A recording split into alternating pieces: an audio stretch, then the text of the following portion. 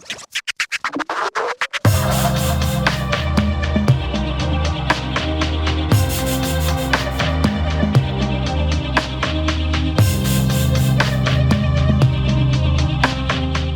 Friday and welcome to another episode of Brainscratch. I'm John Lorden. Thank you so much for joining me here today. And before we get into today's case, we have a very big update on a case we covered a few weeks ago. That is the TikTok Seattle Suitcases case. I'll have a link to it in the description box below, just in case you haven't seen it yet, but you probably heard about it. This is where several teenagers were filming on TikTok. They were using an app that was taking them to random places, and they found some floating suitcases. Those suitcases contained body parts. It turned out to be two people, Jessica Lewis and Austin Wenner. We have a very significant development in that case. So let's go ahead and start with that. Over at spdblotter.seattle.gov, update from August 20th. Suspect arrested. A 62-year-old man is in custody for the murder of two people after their remains were located in West Seattle in June. On Wednesday afternoon, detectives arrested the suspect at a residence in Burien. He was interviewed and then booked into the King County Jail.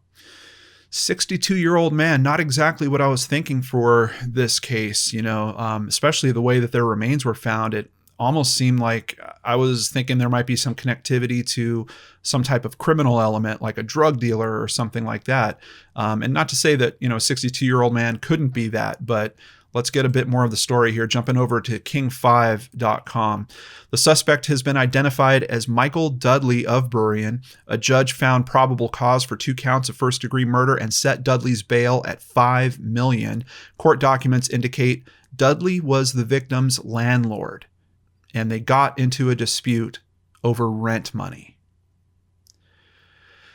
Some things just really take me back and make me feel like shaking my head. I mean, seriously, a fight over rent money? I mean, just kick them out. Like, how do things get to this level? And we have some information that maybe this guy was no stranger to violence. Another article from king5.com. Ex-girlfriend says suspect had violent past. Michael Dudley, 62, is charged in the deaths of Jessica Lewis and Austin Wenner. Marlis Gordon said she was in a relationship with Michael Dudley off and on between 2002 and 2016. Quote, "I still can't even comprehend that he would even be capable of doing this. That is beyond me," she said. While no other suspects have been named, court documents said Dudley disposed of the bodies, quote, "likely with the aid of others." That is a pretty interesting twist in all this as well. So there might be other people involved. He might be responsible for the murder, but in terms of getting rid of those bodies, someone else might be a helping hand in that. And there's certainly criminal charges that are associated with that as well. So I'm very curious to see if we'll have another arrest happen here at some point, hopefully very soon. Investigators said that 10 days before the bodies were discovered in West Seattle, neighbors heard yelling and gunshots at Dudley's home. But Dudley did not answer the door when Burien police responded. Gordon says the news has brought up some tough memories. Here's another quote from her. "He started to hit me and grab my hair and my head and threw me on the floor and hit my head into the hardwood floor, threw me and my stuff on his patio out the door and came out and hit my head on the patio, did that with one hand and held a gun in another hand," she said. She describes him as having an intense personality, extremely intelligent, and well-connected.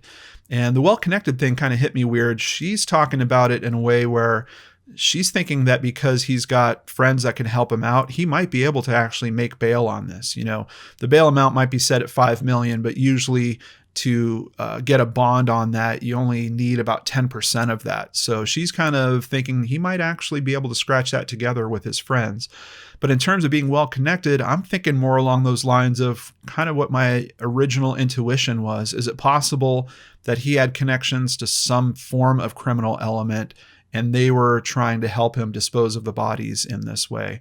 And I think the assumption that it was more than one person isn't a hard one to have when you're considering the way that these bodies were found, just think about trying to transport 2 bodies. That's a pretty serious undertaking. So I wouldn't be surprised if there is someone else. And if there is, I hope we find them sooner rather than later.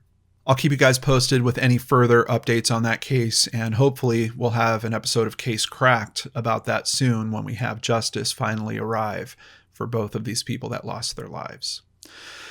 On to today's case. Occasionally cases get suggested to me in person, and that's what happened with this one. It is a case that's local to me, and it involves something that's kind of a big part of our lives here in Minnesota and in several other states, and that's the Mississippi River. Let's learn a little bit about it from Wikipedia. The Mississippi River is the second longest river on the North American continent. I believe the only one that's longer is the Missouri. From its traditional source of Lake Itasca in northern Minnesota, it flows generally south for 2,320 miles to the Mississippi River Delta in the Gulf of Mexico. The river either borders or passes through the states of Minnesota, Wisconsin, Iowa, Illinois, Missouri, Kentucky, Tennessee, Arkansas, Mississippi, and Louisiana. And of course, along with that, there are numerous communities. Actually, here in the Twin Cities, the Mississippi runs kind of directly between St. Paul and Minneapolis. There's a lot of restaurants and communities that crop up all along the Mississippi and partake in it for boating activities and other things like that. This particular case is taking place in an area called Goodhue County in Minnesota. It's a county in Minnesota. As of the 2010 census, the population was 46,183 people. Its county seat is Red Wing. Now, I haven't lived out here that long, but I can tell you I associate Red Wing with a casino that's out there called Treasure Island. And Treasure Island supports a lot of other businesses. You'll see their advertising all over around this area. That is located in Red Wing, and I've definitely been there a couple times. But back to Goodhue, it was named for James Madison Goodhue, who published the first newspaper in the territory, the Minnesota Pioneer. So we know it's got to do with the Mississippi. We know it's in Goodhue County. What is this case about? It's a tough one. Goodhue County has a huge mystery on its hands. There are bodies being found in the Mississippi River in that area. And it seems like some of these cases might be related. As a matter of fact, we're almost positive that at least 2 of the cases are related. The big mysteries around this are we don't know the identities. We are looking at John and Jane Doe cases. But the real heart clencher around this, these are infants. Babies that at this point don't have a last name. Some very caring people attached to the cases and some other very special people we're going to talk about by the end of this episode have helped give names to these babies. We're going to go through the details of these John and Jane Doe cases, see how they relate to each other, and really also try to highlight the efforts, the investigative efforts that are going on to this very day to solve these cases. Before we jump into the research, I just want to be very clear about what today's topic is. I know it's a tough one. I know it's a sensitive one. But I also know that if these cases don't deserve justice, I don't know what cases do. So if you're ready to come along with me, let's learn more about what's going on here.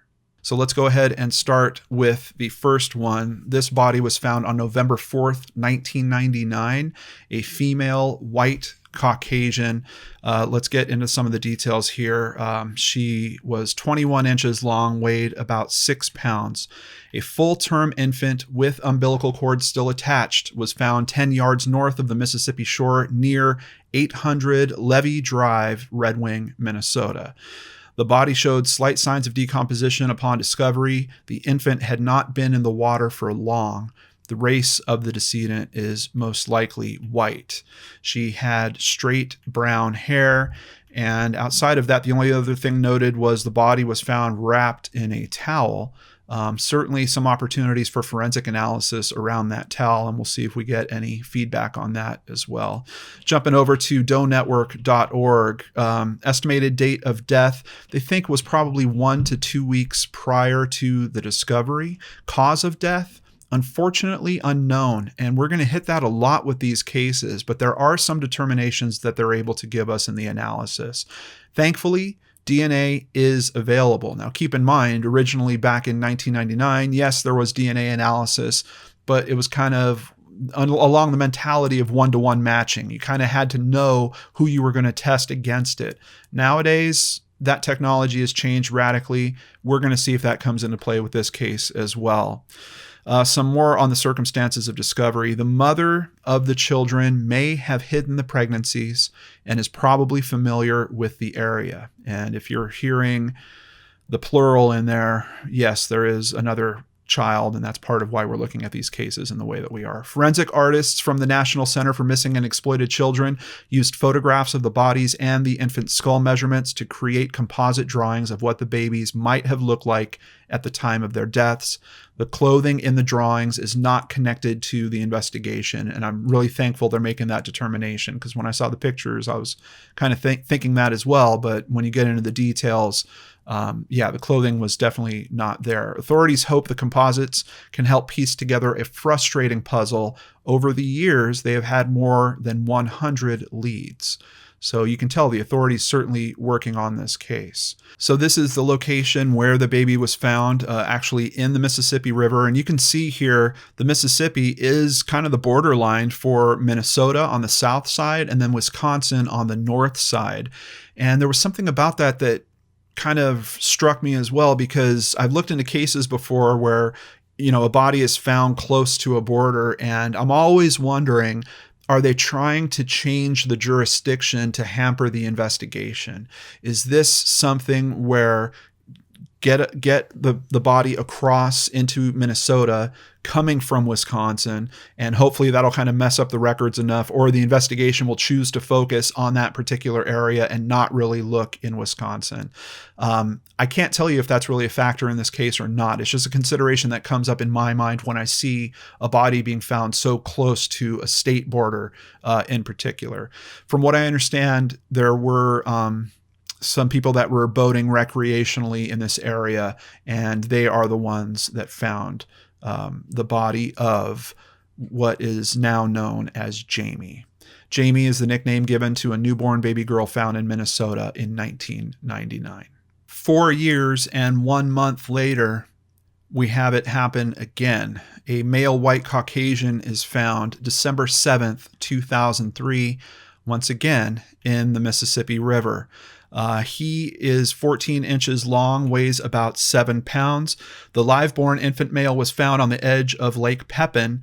The estimated birth time was 2 days to 2 weeks from the date of discovery. The decedent is genetically related maternally to Jamie. So this is Jamie's half-brother. A different father, same mother. 4 years and 1 month after the fact, and once again in the Mississippi. He had curly black hair, no other description of items, anything like that is found with him. Let's continue at the Doe Project, get some more details. Estimated time of death, they think, is up to 2 weeks. Once again, cause of death unknown. DNA is available, thankfully. Another baby, they're talking about Jamie, was located in 1999. Police believe the children had separate fathers. Investigators believe that the infants were born alive. So this is not a situation where they thought that maybe the mother had given birth and they were stillborn, and then the mother decided to get rid of them in that way. There's a very clear distinction that they were actually born alive, and we're even going to see some information later that says it seems like they were actually killed before they were put into the water. That despite the fact they can't really identify the cause of death exactly, they're being very clear that it seems like they died before they went in the water. I think they're likely getting that analysis based on if they're finding any fluid in the lungs of the baby, and it seems like they're not finding a significant amount of fluid. So we know these cases, well, some articles are saying with an 80% certainty. Other articles are saying that they were told it's as strong of a match as you can get. But these cases are related for all practical intents and purposes. We know we've got a time frame that's interesting. We know the location is also interesting because it's literally only about 12 miles away from where Jamie was found.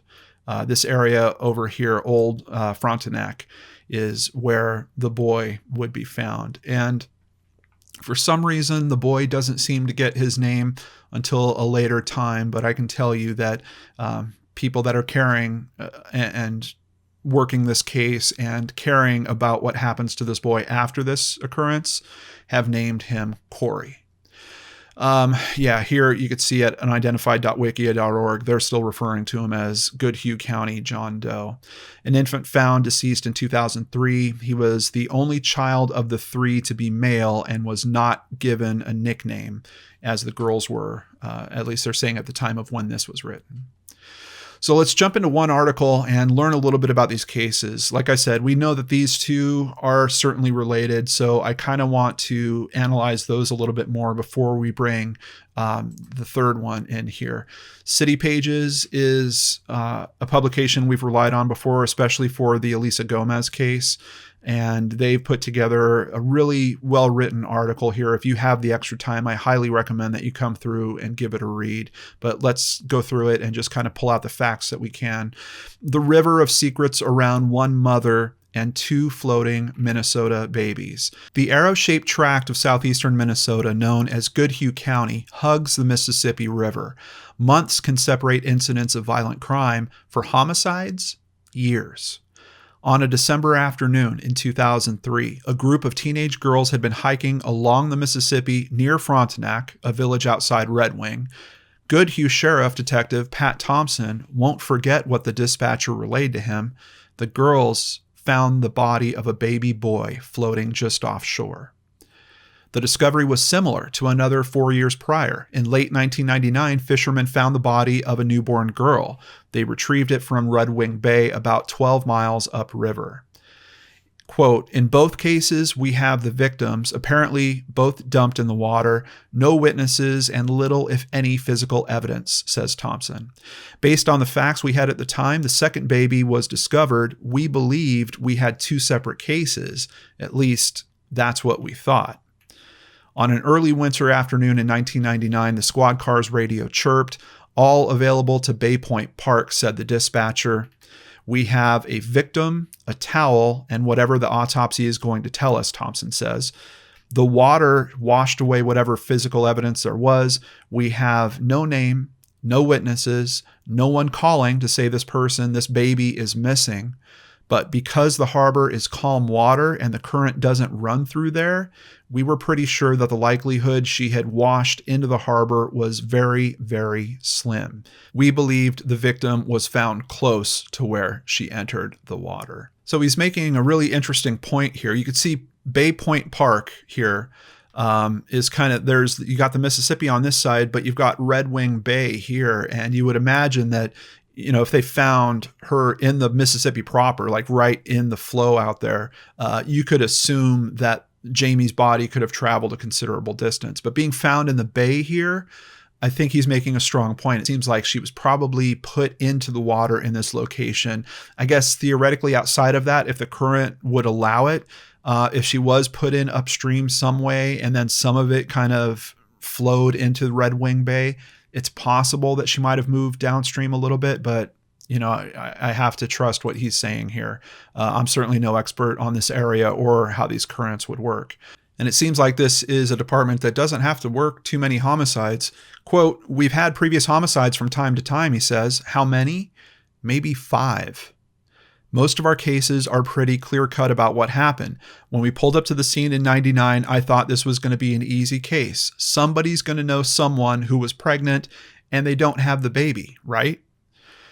Tests on the towel by the Minnesota Bureau of Criminal Apprehension produced nothing investigators could move on. And that is very unfortunate because you would think there was a chance of maybe some fibers being found on the towel or something of that nature, maybe even a DNA sample of some kind.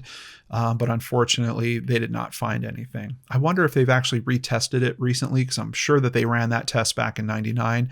And obviously, there's new technologies that we have now for extracting DNA. So maybe something could be found on it at this point. Quote, "I've often wondered if the river represents something," Thompson says, "if it holds some sort of larger meaning. What I do know is it's a darn good place to get rid of evidence." Months later, state lawmakers enacted the Safe Place for Newborns law, allowing the mother or immediate family of a newborn to leave a baby at a hospital with complete anonymity during the first 72 hours of the child's life. And other articles that I'm seeing about these cases are saying what happened to Jamie definitely influenced these lawmakers, kind of modifying that law and making it easier for the mothers to leave babies. It was an expansion of Minnesota's original safe haven law, which had taken effect in 2000. That law said a mother could anonymously surrender her newborn at a designated safe place, like a hospital, no questions asked. So then we get back to Corey. On December 7th, 2003, the church hikers found the baby boy's body. On the adjacent beach lay a blue towel. So we actually do have an item found with him. And since we kind of know that these cases are connected, to hear that there's another towel that's part of this, not very surprising. That was taken to the state crime lab. Lindsay Thomas performed the autopsy.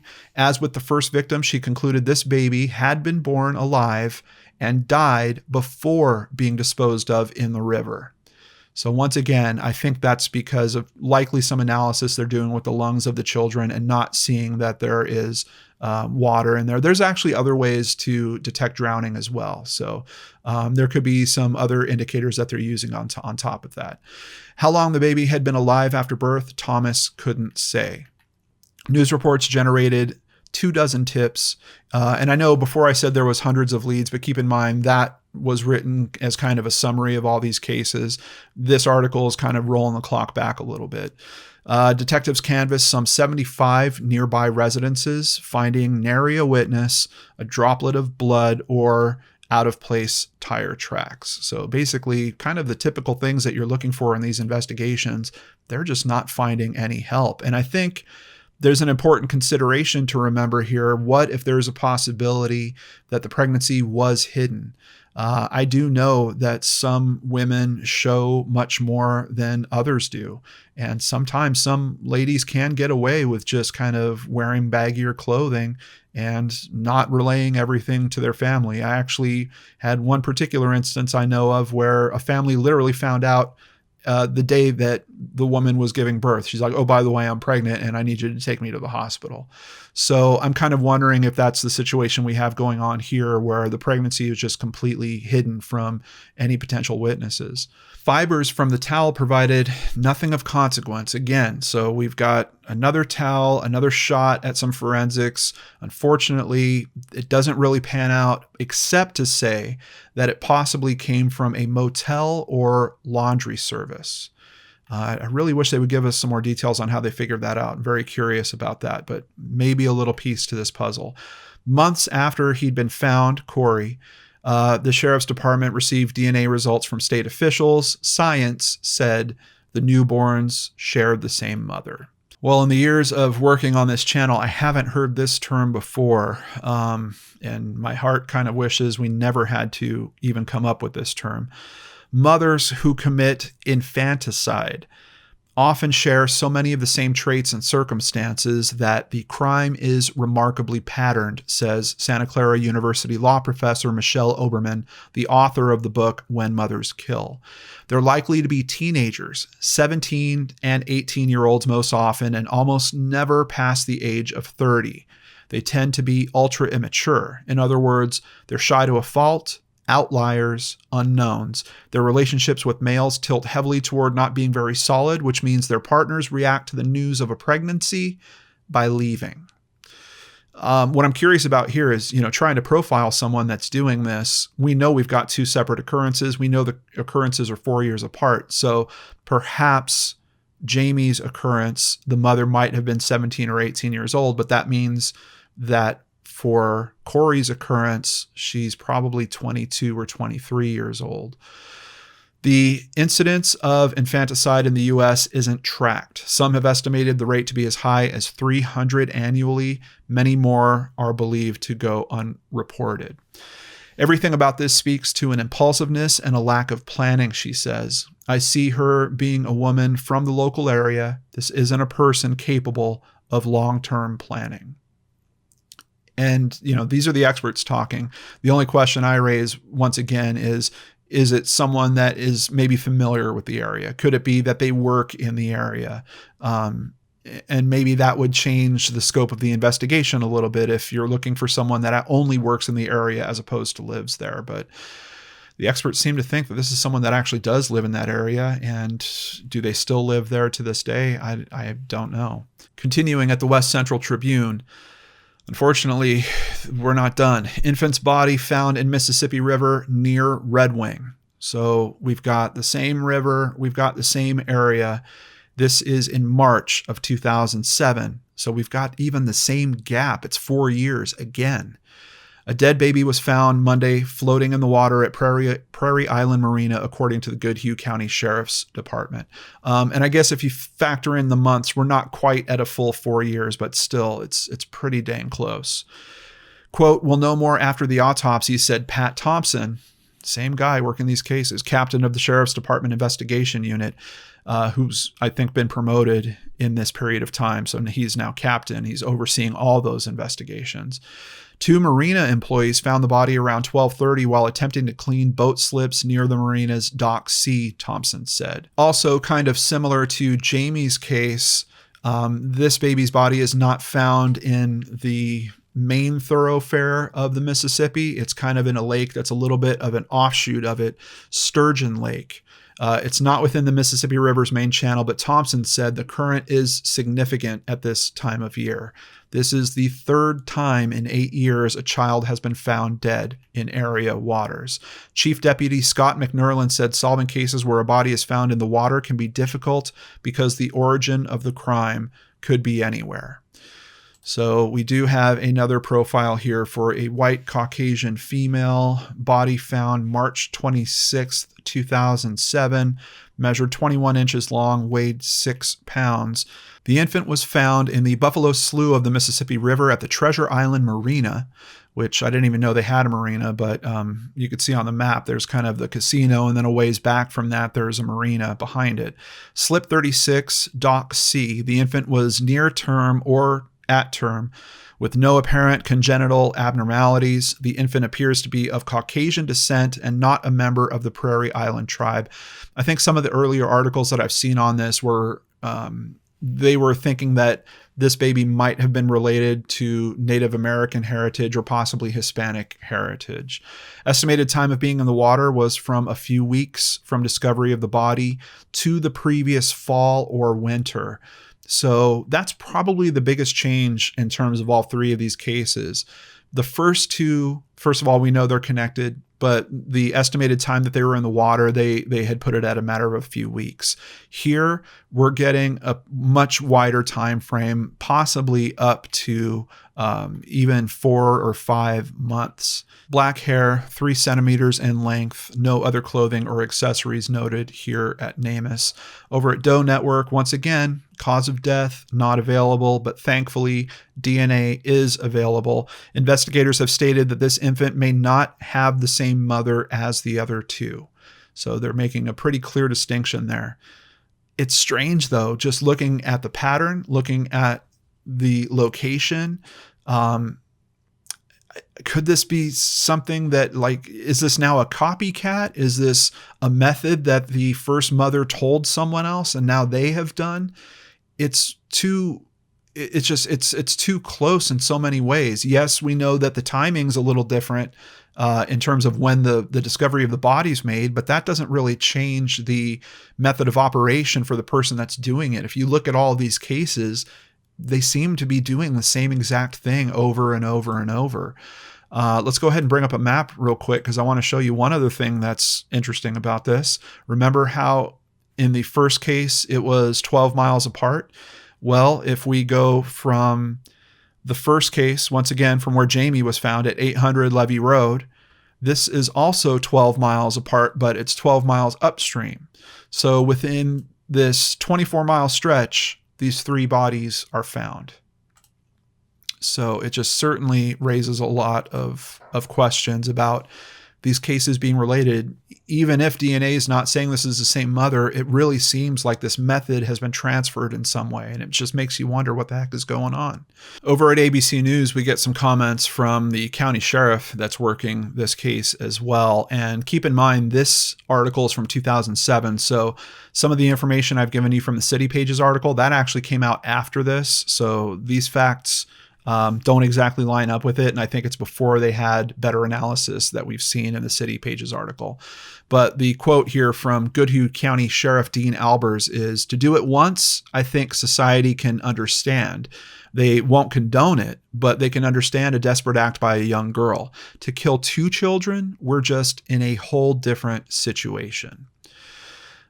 So here's where things get a little different. Here he's saying that authorities believe the first 2 children were thrown into the water alive within a day of their births. But the info we have from City Pages, that's actually coming from the person that performed the autopsy. So I think their analysis that the children were not alive when they were dumped in the water is likely more accurate. The scenario in the 3rd child's death was harder to determine because the body remained in the water for several months after death. The 3rd child, discovered in March, is believed to be of American Indian descent. Once again, that's according to him in 2007. NamUs, I don't even know if this profile was made until, let's see, this profile wasn't even made till 2009, and they're being very clear here. Police have tried unsuccessfully to match the DNA of the infants to nearly 24 local women over the years. Once again, they're doing that one-to-one testing thing. "This is relatively rare and doesn't fit a pattern whatsoever," said Martin Williams, a veteran trial consultant with a doctoral degree in psychology from the University of California. Williams said that if it was in fact the mother that had killed the 2 children, it's possible that she suffered from either extreme postpartum psychosis or that she had long-term mental problems. Certainly, if she didn't have mental problems, I'm sure she did after doing this. But obviously, there's other emotional factors that could be going on with this as well. And that's part of what's so frustrating about this case. You've got all these experts that are kind of giving in these different small pieces of what this person's personality might be or the types of issues that they might be facing. I saw some quotes from the local law enforcement where they're like, "Hey, we reached out to the FBI and the profile they gave us was kind of laughable. Like, how are we supposed to do anything with this?" Here's some more information about them trying to profile who did this. Over at rivertowns.net, Captain Pat Thompson released a vague profile of the child's mother as put together by the FBI. The woman probably is between childbearing age and somewhere in her 40s. Of course, that's logical, makes sense. Denied or concealed the pregnancy. Did not receive prenatal care. Withdrew from school or work. Was young and having a hard time. Had the baby someplace other than a hospital. Once again, these are pretty straightforward, logical assumptions you can make. I'm even wondering if the one about withdrawing from school or work, I mean, if this is someone that was able to fully conceal the pregnancy, I don't know if they would have had to have necessarily done that outside of for the day of the actual birth or maybe a few days around that. That's a little to go on, but not a lot, Thompson said. We have to be careful not to draw any conclusions here. And obviously that's challenging with this because you're so emotionally moved by trying to find justice for these children. I think it's really hard not to make some quick conclusions and try to act on those. Authorities are focusing their investigation on 2 areas upriver from where the little girl was found: the North Lake area off County Road 18 and access points off of Old Church Road. Investigators said they're fairly confident the body did not drift in from the main channel and that it was put in the water close to where it was found or in nearby backwaters. And in that case, he is talking about Abby. We're talking about the 3rd child that's found. So once again, even though we know there's no DNA connection to the first 2, we've got a pretty significant consideration in terms of where the body is found, because it's not found in the Mississippi River proper.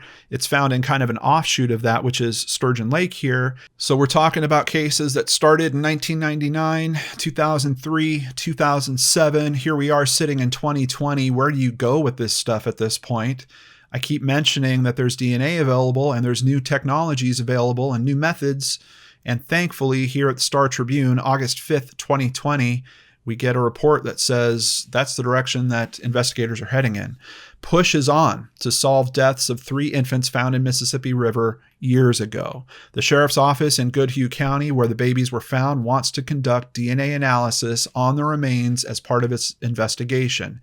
However, the sheriff's office said in a statement this week that the work can be very complex and expensive, with costs approaching $5,000 per case. The sheriff's office said that it has the funding for the first case and is already working closely with Parabon Nanolabs. Thank you, thank you, thank you. I'm so happy to hear that they're helping on this. A company that turns to public genealogy databases for clues. Authorities are looking for donations to fund the work on the 2003 and 2007 cases. Anyone wishing to contribute can visit justicedrive.org. I know I'm already feeling the itch. I already want to get over there. Just give me a moment. We will. Sheriff's investigator Glenn Barringer said his office was forced to turn to private donations because in this day and age, funding is tight, and this is a chunk of money. Barringer has been investigating the deaths since the first one occurred. Time is running out for him. He's retiring next year after 39 years with the sheriff's office. I'm the last dog familiar with all these cases, he said. I'm invested. We've all put a ton of work into this and have come up with nothing. I can't tell you how many swabs we've taken from people's mouths. Barringer said he's expecting to hear some solid information in the next month or two from Parabon on the first case, Jamie's case from 1999. So, of course, you guys know me. I heard that they were looking for donations. I jumped right over there. Here is the page at justicedrive.org. Talking about the case, talking about how they want to go about solving it. And down here, we've got a big goal reached button. If you click on that, it'll actually take you to the GoFundMe that was running kind of behind that page. And we see they were trying to raise the $10,000 needed for the additional analysis on Corey and Abby. But there's something I want to point out to you guys because I don't see things like this happen too often. Look at the last donation that happened just a month ago on this. Someone saw how much money was needed to finish this off, and they donated the whole thing, $2,850 in one donation. I don't know who you are, Anonymous, but man, that just, it lights me up to know that there's people out there doing things like that. What an amazing thing to do to help these cases. And there are other amazing people. Of course, you know, my hat's off to all the law enforcement that's working on this, all the experts that are working to try to figure this out. But there's other amazing people in this story that we're still going to talk about before the end of this video as well. Unfortunately, to get to those amazing stories, we've got to hear about another tragedy. 2011. Body of newborn girl found in bag in river. Once again, it's the Mississippi River. It's not quite the same area. This is about 60 miles south. For the 4th time in 12 years, a baby has been found floating in the Mississippi River. Officials in Winona County recovered a body on Monday. A family who lives on the Mississippi River discovered the baby about 6 miles south of Winona in a bag. With this discovery, it's hard not to think there may be a connection to the others. I don't know if there is. Area is quite a bit different. There's another huge difference with this case. There are a lot of objects that are found with this baby, almost like someone was doing some type of impromptu funeral. These are the objects that were found with the baby. You can see there are several angels. There's some type of, I think it's called an evil eye bracelet. There is a bag. The baby was in a t-shirt. Here is a picture of the t-shirt as well. So a lot more objects found with the discovery of this baby. I really don't think that this one is necessarily related to the first 3, but I couldn't do today's story and see a case like this and not at least give you guys the basics of that case and hope that raising exposure to any one of these cases might help one of the others. So really quickly, let's hear about Baby Angel, named Baby Angel because of all the angels that were found with her. September 5th, is the anniversary of the discovery of baby Angel's body in the Mississippi River by a family on a Labor Day boat ride. A teenager asked his parents to turn the boat around so he could fish what looked like garbage out of the river. Instead of trash, the family found the lifeless body of an infant swaddled in a green men's size large t-shirt that appeared to have the image of a slice of bread printed on the front, within a garbage bag inside of a canvas tote with the Mexican resort city Manzanillo written in gold script. Baby Angel was also found with an evil eye bracelet decorated with blue accents, along with 4 porcelain angels varying in size and make. According to law enforcement officials, baby Angel was a full-term baby and is believed to have been delivered without medical assistance due to the fact she was found with her umbilical cord still attached. So we definitely do have some strong similarities with some of the previous cases. Officials were not able to give an exact determination of the cause of death, although she did have a fractured skull. They don't know if the fractured skull is actually related to the baby's death or if that might have occurred after the fact. Officials have also said they did not believe that she had been in the water for very long, with the family who found her reporting that the bag had only just begun to sink when they took it from the river. Boaters and witnesses in the area reported seeing a 30 to 40-year-old woman anchored nearby in a boat that resembled a white Sea Ray with a cabin. While DNA profiles have been constructed of baby Angel's parents and many DNA samples from women have been taken over the years, there is yet to be a match. And something I'm hoping here is, now that we've got the funding, we've got the connection that has happened between local law enforcement and Parabon Nanolabs, if we see some good results in that case, I think they could open a GoFundMe, and within a matter of days, the community would contribute enough to get Angel's remains or DNA tested and put through that same process. So maybe justice can be found for her as well.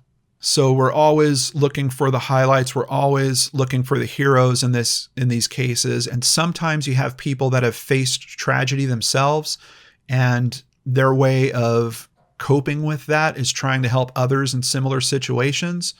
We have something very special that happens here for these infants.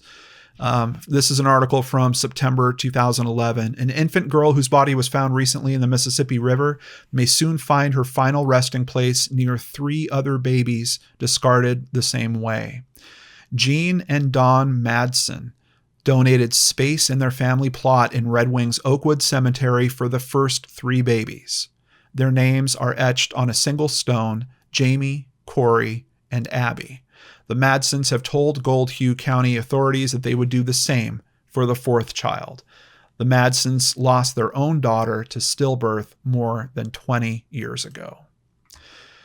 It moves me when people step up in this way, and it's for such a dark occurrence to find any beacon of light in a story like this. I'm so thankful there's these people out there that restore our faith in humanity after looking at something like this. I just don't want them to be alone, I guess, is probably the whole thing, said Jean Madsen, who, along with her husband Dawn, donated the space to bury the infants. There was a funeral in 1999 when the little girl was found, wrapped in a towel. Another was held in early 2004 after the baby boy turned up. When the 3rd baby surfaced, a girl in 2007, the Madsens gave them all a common tombstone. Now that a 4th newborn has been found, Madsen said she wants to care for her too. For the Madsens, each new discovery brings up their own daughter, stillborn in 1989, who was buried alongside the babies found in the Mississippi. Burying the children, naming them even, is Madsen's way of showing the children that they are loved. I think everyone deserves a proper burial, she said. I truly, truly hope that we have justice coming for Jamie, for Corey, for Abby, and for Angel. Each of these cases deserves to have its answer, and those babies deserve to have their names, their identities. I wish there was something else we can do. Right now, there's no open fundraisers active on it, but I'm certainly going to keep an eye on these cases, and I will let you guys know if we have any further developments. And I'm just so moved that we've got such committed law enforcement, so many people working together, and now thankfully the help of an organization that has been cracking cases like it's just been insane over the past few years, the amazing work that Parabon has done. So I'm really thankful that they're in the game now, and hope that these answers come very, very soon. Before I end today's video, I want to thank several new patrons, starting with Jen Casey. Thank you, Jen. Maik W, thank you. Bunny Johnson, thank you. And Sabrina Huedes, thank you so much for supporting the channel. If you'd like to do the same, head over to lordandarts.com, where you can sign up for PayPal, sign up for Patreon, or buy merchandise. All of it helps keep me here trying to help justice arrive in cases where it is desperately needed. And if these aren't the cases that need justice, I don't know which ones do. So thank you so much for helping support me to do just that. Take care, everyone. Have a great weekend. Hug your family a little tighter, and I'll see you back here on Monday with a brand new episode of Case Cracked on the Lord and Arts channel.